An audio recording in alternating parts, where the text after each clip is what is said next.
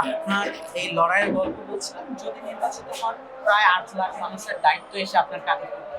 বিষয়টা আপনাকে ভেতর থেকে কোনোভাবে বদল করছে?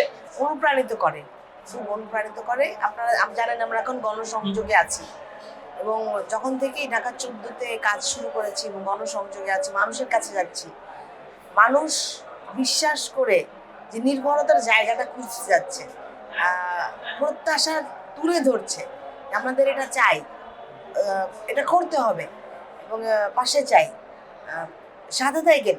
কারণ হিন্দু কমিউনিটি থেকে অনেক জায়গা থেকে যে পাশে থাকেন, ভালো যেন আমরা ভালো থাকি, এটা অনেক বড় একটা আমাদেরকে কমিটমেন্টের জায়গায় নিয়ে যায় এবং উৎসাহ দেয় মানুষের জন্য কিছু করার, কাজ করার, দেশের জন্য কাজ করার। এটা অনেক বড়, আমার মনে হয় যে সৌভাগ্যের জায়গা, যে দেশের মানুষের জন্য কিছু কাজ করার জায়গা। আর কোনো এলাকার নির্দিষ্ট গণ্ডি বিচার করে না, যে তার কর্মদক্ষতা, কর্মক্ষমতা, তার প্রতি মানুষের ভালোবাসা কতটুকু হবে, এটাকে আমি কোনো গণ্ডির মাঝখানে আসলে বাঁধতে পারবেন না।